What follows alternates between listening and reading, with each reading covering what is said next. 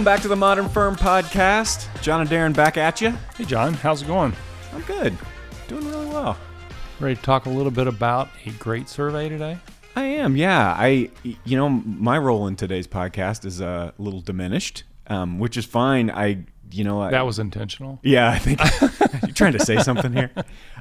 You did an amazing job with an interview with a friend of ours, Joel Hughes, that we want to introduce and then let the audience listen to, and then come back and do a little bit of debrief on. And I really am excited about this survey. Anytime you can get this quantifiable data that people can benchmark to, you start to feel like you're doing something. Yeah, Joel Hughes is the CEO of Rightworks, and he commissioned a really good technology survey. Yeah, that I think we got some really good data from. So Joel and I are going to spend some time, talking about the results of that survey. And I think it's really telling about where the accounting profession is at as it relates to technology and the evolution of technology inside of firms. Yeah. If you didn't take this survey, just as you listen to this, put yourself, in the survey here, and see where you fit in what we call the maturity continuum, the Modern Firm Maturity Continuum, which you'll understand here a little bit more as Darren gets a conversation with Joel. We have about 500 firms, which Joel and I will speak to here in a bit. But we had about 500 firms take the survey, and I think what was really good about this survey is how we tried to define some terms. Yeah. Oftentimes, when I see an accounting survey, it's like, X number of people have moved to the cloud. Yeah, this real broad statement. I don't even know, how they're defining the cloud. Yeah. Is that using QuickBooks Online? What does that mean? Yeah. So we tried to really create some definitions in this survey, which I think are really good, which we could go through.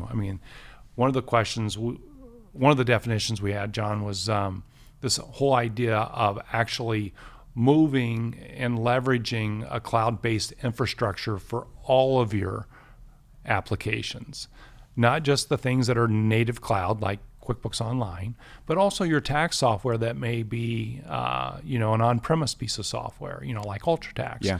So we defined moving to the cloud or moving to a cloud infrastructure as all of that stuff being launched in a cloud-based infrastructure. So that was the first definition we had.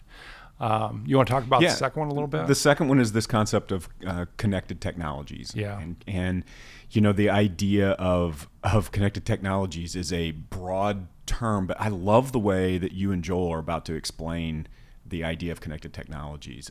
And I actually really like some of the statistics and some of the things that we found from the survey when it comes to that. Yeah, firms, as it relates to connected technologies, firms have a tendency to buy a lot of different solutions, technology solutions to solve their problems. 20 plus. Yeah, definitely more than 20.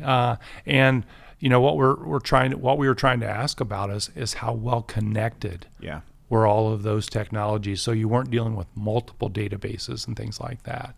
And then I think the third definition was really around collaborative technologies, which is how firms interact and work with their customers. Yeah. So, things like, not getting backup files anymore. So moving those things to the cloud so you can collaborate, or communicating with your clients, things like that. So those were really three definitions that we focused on in this survey. Yeah. So now that we've kind of set the stage for what this survey was, again, 500 firms, that's a good survey. Big survey, and a really good PDF that came from it. Yep. And so enjoy the conversation with Joel. Joel is a really cool guy. He's an interesting guy. He's very articulate, good golfer, and fun to talk to. So enjoy this conversation with Joel Hughes and Darren. Joel is CEO of Rightworks. All right. Well, Joel, welcome today. So first of all, I should introduce you. This is Joel Hughes, the CEO of Rightworks. So Joel, welcome today. Glad to be with you, Darren. Thanks.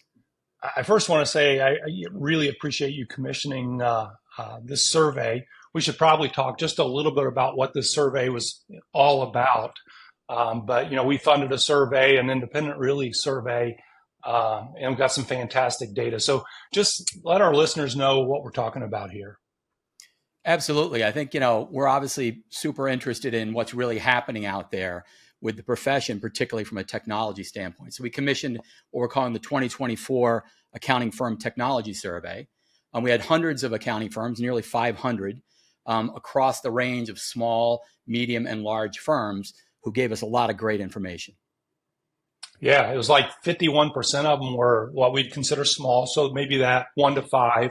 And then 24% were medium sized, so more than 5, but probably not more than 25 or something. And then we had 25% that were larger firms. So we have a good cross section. Absolutely. And I think we're really trying to, think across the whole spectrum of what people are doing, what people are challenged by. And I'd say the 3 big categories for us thinking about cloud-based infrastructure, thinking about collaborative technologies, and then really connected things, right? So the sort of the 3 C's we talk about and you talk about often. Where are firms at? Does it change based on small, medium, large? Is it more, how do we put a framework around where the profession is and how we can move people forward? We boil this down into this, I think this idea that I think you really helped us come up with the Modern Firm Maturity Continuum. Like, how do we look at this spectrum of what people are doing, what's working, how it's advancing their firms, how is it benefiting their firms? But we really need to find a framework to put that all into perspective. Yeah, we developed this thing called the Modern Firm Maturity Continuum, which is getting released in this particular survey. And one of the things that we did is we asked accounting firms to categorize themselves. We created really 5 categories, Joel, think from left to right. And we called them sort of followers was the first category. You have really disconnected technologies. You don't really have a great business model, or you haven't thought through it anyway. You're not all digital. You're not working digitally with your clients. Think about that to all the way at the other end of the spectrum, what we would call a leader. And then in between there, we had these initiators, which was the 2nd level, a contender, a 3rd level, and then a collaborator, a 4th level. And talk just a little bit, Joel, about how firms sort of position themselves across that continuum. Yeah, it's really fascinating. I think that we saw representation across that whole spectrum. I think notably at sort of the right side of that, the sort of those collaborators and the leaders, they had 39% more revenue per employee, I should say, right? So as we think about what are the benefits of this overall, people put themselves into these categories. It was followers 23%, initiators 36%. So more than half of respondents were in the bottom 2 categories, right? And then at the top end there, where we had the collaborators and leaders, only 16% of firms categorize themselves on the right-hand side of the scale. And yet those firms had 39% more revenue per employee. So we really had strong validation of, people who've moved themselves forward on this maturity continuum for technology are running a better business or having more revenue per and having more profitability. If you think about that, Joel, if, we can pick a number, but if the average employee, let's say, brings in $300,000 to the firm, and that's probably, maybe a little bit low, $300,000, 39% more revenue for each of those people. What is that? I mean, I'm going to do the math at 120,000 or so. Right. More than another 100,000.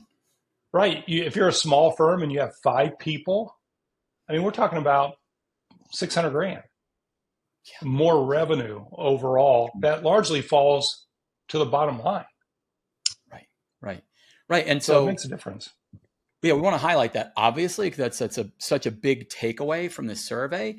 And then again, compare and contrast, we're only at 16% are achieving that, right? And 60% categorize themselves as followers and initiators. So they're really at the beginning of their journey from a technology evolution standpoint, a business model, standpoint, the kind of stuff you've been talking about for years with the Modern Firm playbook. And I think we're really trying to, surface the benefits here and then get into the details so people can see themselves on this continuum and then work to move themselves forward and improve their businesses. just to kind of go back over three of the categories were really some of the core of our survey. To hit on them again, one was this concept of connected technologies, which was, the tool set that a firm uses and how well that software tool set is connected to other pieces of that. The average firm, Joel, it seems to me like, is using about 25 different applications, and the majority would say that they're not very connected. So we have this concept of connected technologies, and then cloud-based infrastructure. Just talk a little bit about that, because that's really our sweet spot. Yeah, certainly we've spent a lot of time here helping firms move to the cloud. And generally speaking, there's a lot of time and energy spent on, core IT infrastructure. I think that's been something that for years, with a lot of the legacy applications that exist in accounting and tax work, that's been challenging, right? To upgrade applications, to keep track of what's happening with your major vendor partners. Increasingly, the last 5 years, I'd say security and privacy protection for client data have become paramount too, and we see the cloud serving a very important role there to really safeguard data and security across a firm and for the firm's clients. So those two areas for years have been important to firms, and I think increasingly we see cloud-based infrastructure adoption really taking those things off the list for firms. We think we made ideally that more affordable and more valuable over time as an industry. And I think we still need to talk about those benefits so firms can really understand that, have confidence that they're making the right move when they move to the cloud, and then improve their businesses. A third category, Joel, that you mentioned earlier was this concept of collaborative technologies. Working with your client, the way I think about this is removing all the friction of working, with your clients, whether that is working with their QuickBooks file or sharing documents or messaging or all these things around working with clients. And so that's another area of our survey that we'll talk a little bit about results with that. You said 60% of firms define themselves sort of on that left end of the spectrum, which is really kind of amazing. And can you talk just a minute about what the survey found as the key reasons that firms, if you could make 39% more revenue per employee, what are the key reasons that firms aren't doing this? Right. I think a couple of things. Yes, to your point, some of the key numbers we pulled out of the survey I think are interesting. So nearly 88% of firms said the right technologies positively impact their efficiency and client service. So 88% are saying, hey, it's beneficial, and yet we have 60% who aren't there yet, right? Of those, 43% have only partially engaged with the cloud, right? So there's definitely a perception. There's not a perception problem. It seemed that there are benefits here, but I think the question is what's therefore holding people back. The two biggest reasons for not moving to the cloud were the two biggest reasons for moving to the cloud cited by the people who'd done that were the flexibility of remote work and onboarding remote workers and cybersecurity concerns, right? So as we said, it's like flexibility for the workforce and then also really protection of data.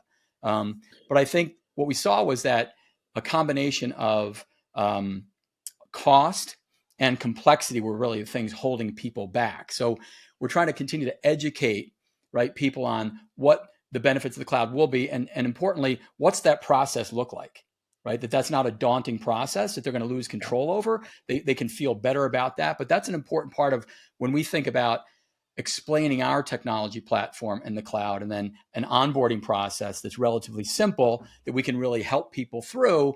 That's how we get people, I think, the confidence to be able to move into the cloud. Yeah, I think it's really interesting that, especially in the accounting profession, because we're all about numbers and stuff, but we can increase revenue. People say they increase revenue by 39%, but they're not going to do that because they're worried about cost. It's like blows my mind. But that's kind of, we as a profession, it feels like we've always sort of said those things.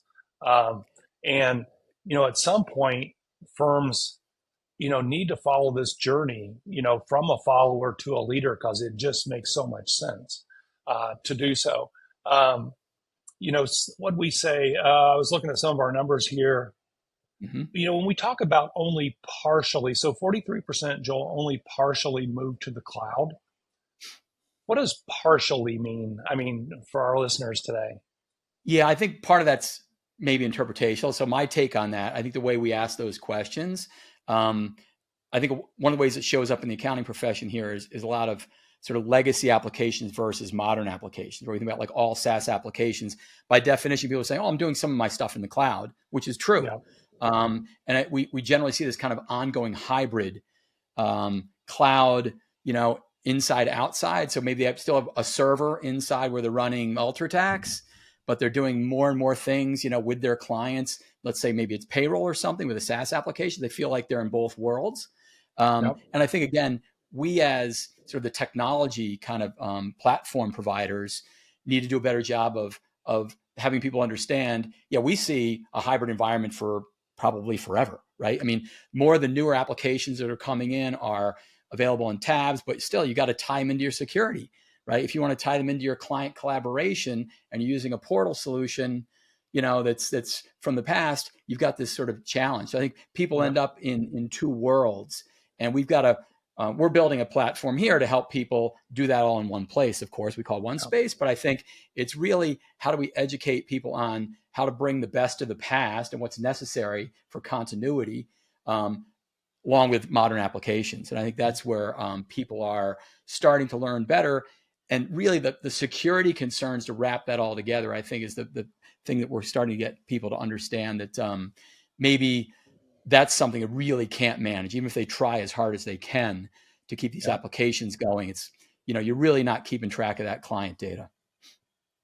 Let's pivot just a second, Joel, because we asked a few questions about artificial intelligence, AI. And boy, it seems like firms are just not, I know it's early, but it's moving quickly. Kind of talk about the results that we found with what firms are doing with AI. Yeah, I mean, the highlight, low light, right, is 4% of firms are actively using AI. 4%. Yeah.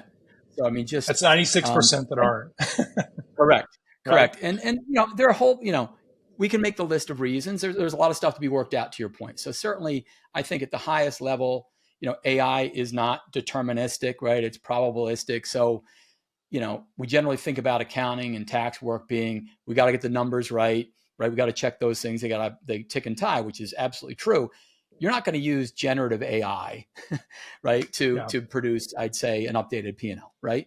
Obviously, there can be a lot of automation, the kind of stuff we've been doing with machine learning for quite a while, transactionally. But I do think generative AI has a role in a lot of the customer and client communication stuff we've talked about, for example, that's very important to firms, helping them write emails faster and give summaries to clients and so forth, things where there isn't the same level of deterministic nature necessary, and also just maybe to help themselves work through some of their internal things inside the business, right? So I think the people-related interactions can be dramatically improved with generative AI, but we also have to make that safe for the practitioners where, if they need to put data into an AI system, they're not sharing that data, with other companies and outside of their building. So certainly, I know, Adam Colaselli, who's our general counsel here at Rightworks, and his team on the legal side are starting to put forward some sort of AI safety guidelines. And I know we've got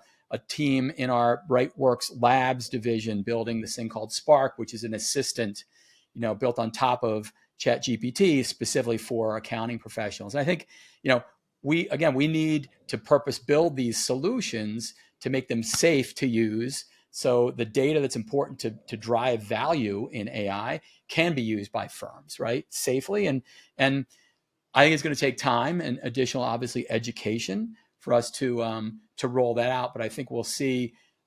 My guess is that the profession will be somewhat lagging there, as it is to some extent in this cloud adoption. But there's such tremendous gains, and there's such a need based on shortage of talent, right? I mean, we were talking about talent shortage all the time and thinking about attracting and retaining employees. Boy, I really think that AI used correctly will help that, right? Will create a more productive work environment where people enjoy the work more and can get more done. So there's so much opportunity there, and yet we're very, very early, to your point. It'll be interesting to see when we do the survey next year, Joel, how that number starts shifting, right? Because I think 2024 is going to be a year that people are paying more attention, to AI as we go through the year and into 25. Yeah, I know. Using an example, I was just going to close that out there. And like, our Spark AI assistant that our labs team built, it's about a year old now. We've got more than 2,500 people using that thing. Yeah.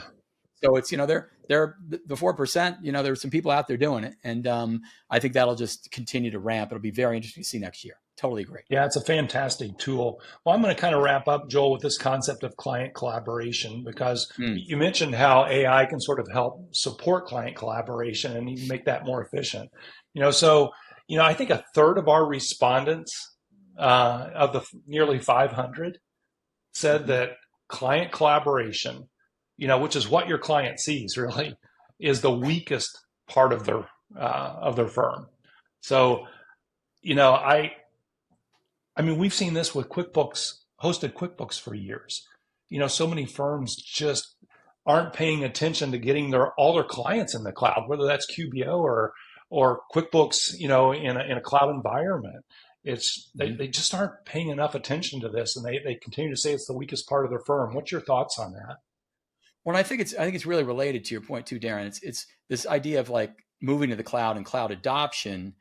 Really, you've got, I think generally speaking, clients have moved to the cloud, or generally speaking, most as it relates to the applications they're using, but in terms of connecting with their firm, they're really not. I think we had in the survey only 18% of firms said that 75% or more of their clients are leveraging cloud for their accounting solutions, right? So you still got 25% of the people aren't even online with their accounting solutions. So how can a firm connect to that, right? So there's definitely a dependency, and yet I think a huge opportunity for that, right? Client communications and I think client collaboration can be dramatically improved, through Meet Me in the cloud. And a firm can improve their efficiency and productivity with that, right? With better integrations and communication. So I feel, there's a little bit of a chicken and an egg there. And as we look at how I think generative AI will be an enabler there, where that'll be another catalyst that says, hey, how do I fundamentally improve my ability to communicate with my clients, make myself more productive, but also give them a better client experience? And I think, I bet the adoption of AI technologies will be picked up more rapidly by small businesses and clients. So they'll probably get ahead of the curve a little bit on that relative to their firms and be ready to meet them there. So when you looked at the report that we finalized, what was your sort of how would you summarize the survey? Because I thought it was fantastic. I thought it was terrific. I think for me the way I think, I always like to have a framework to sort of hang my thinking around, and I think creating this idea of this modern firm technology continuum is very, very helpful, right? And allows the survey respondents to put themselves, ask a series of questions. Hey, where do I fit? What am I doing well? What am I not doing? What am I hearing is valuable that maybe I'm not engaged in? So I think it helps us get great data. It also helps all the survey respondents, and hopefully the people we share it with now, to place themselves inside something where they know they can do some tangible things to improve their business, right? And then to your point, I think doing this year over year will really allow us to start to, sort of longitudinally see the progress we're making, and help us as on the education, the thought leadership, and then peer community side, figure out where to put our resources to try to move the profession forward and support firms. Yeah, totally agree. Joel, thanks so much for, spending some time on the Modern Firm podcast today. I really appreciate it. My pleasure. Thanks, Darren. So Darren, good job with that interview with Joel. Thanks. It was a lot of fun. Like you guys talk every week or something. Like you say, Joel's super articulate, and has a good understanding of our, the customers of Rightworks. Yeah. So hopefully while you're listening to this, you might have just put yourself in some place in that Modern Firm continuum. Even if you didn't fill out the survey, followers, initiators, contenders, collaborators, and leaders. Yeah. I thought, let's start with this percentage of people that found themselves in the first two categories. Yeah. Followers and initiators. 60% of the people who took the survey found themselves in one of those two spots. So if you're listening to this and you're like, yeah, I'm way at the beginning of this maturity continuum, you're in good company, right? Yeah, I mean, like you said, John, 60% of firms are self-identifying that they don't have connected technologies, they haven't moved to the cloud, they don't have the right systems and processes in place. I mean, it says a lot about where the profession is at. Yeah. And I think a lot of that is, firms are so busy it's time. Getting compliance work done that they don't have time to do the things they need to run a great firm. Yeah. Which ultimately leads us into maybe one of our next statistics, that they could actually make significantly more money if they would step back and lead their business. Yeah. So when we get into the collaborator and leader to the right side of this continuum, if you will, we find 39% more revenue per employee. Yeah, think about that a second, John. Oh my gosh, so that is profound. If we look inside of a small accounting firm, I'm going to make the numbers simple so I can do the math in my head. Don't ask me to do the math, please. But let's just say for a second that you have a bookkeeper, payroll person, accounting person inside your firm, and let's pick a number on the low side, right, of what they should be producing. So let's say that they produced $200,000 a year. 39% more revenue from that employee is, the math is about $78,000, but let's round to $80,000. Right, $80,000 per employee. So if you're a small firm of 5 people, and you can generate $80,000 more, per employee. Yeah. And let's just assume one of those people is administrative, so there's only 4 employees. That's still $320,000 more in revenue. Mostly to your bottom line, probably, too. I would think. So, huge advantage to moving along the continuum.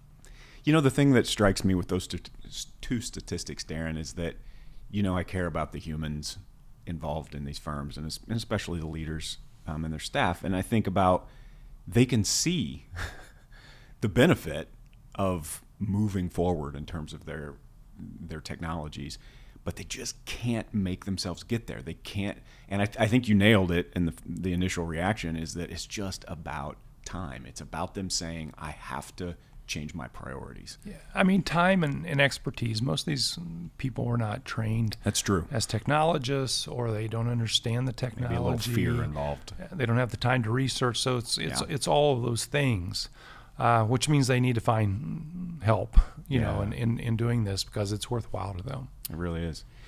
So another thing that caught me that you and Joel, I thought, dealt with really well, but I wanted to kind of debrief a little bit, was the 2 reasons for moving to the cloud that people cited. And those top 2 reasons are team flexibility in terms of where they work. That's a big deal today. That's a huge deal. And the second one is potentially just as big, if not bigger, and that's security. Yeah. I mean, I think you got to put those 2 points at the top of your priority list. If you're an accounting firm, you have to give your team some flexibility. Yeah. I mean, most firm owners I talk to now, their staff are working at least some of the time from home, whether that's on Monday or Friday, and then the other time maybe they're coming into the office. So flexibility is really important. Security is at the top of the list. Yeah. I'm talking to a lot of firms right now who are struggling to find new staff members. And there's a lot of reasons for that. That's a different podcast. But when you limit the people that you're looking for to the people that are in your town and can park in your parking lot every day, man, you have really put yourself behind. And so people are starting, firm owners anywhere on the maturity continuum are starting to finally come to grips with the fact that the workforce doesn't look like it used to, and we have to be prepared to be flexible. Yeah, I do think it's helpful, John, to have these definitions so firm owners, can identify themselves in these definitions, not only in the continuum, but in what does it mean to move into a cloud-based infrastructure? What does it mean to have, connected technologies? What does it mean to have collaborative technologies where you're working with customers, so that as you're going to move in this continuum, what are those things that you need to be doing? Yeah, absolutely. So Darren, I think this is really useful. I think it's really insightful. I want to make sure everybody gets a chance to see this thing, and it is free. Yep. You can go out to rightworks.com/tech survey, and you can download it right there, see all this information, and plug yourself into one of those places in the continuum. Yeah, if nothing else, John, I think it's a great place, a great tool for firm owners or their team to sort of take an assessment of where they're at. Absolutely. Hey, thanks for listening today. We look forward to spending some time with you next time on the Modern Firm Podcast. Thanks, John.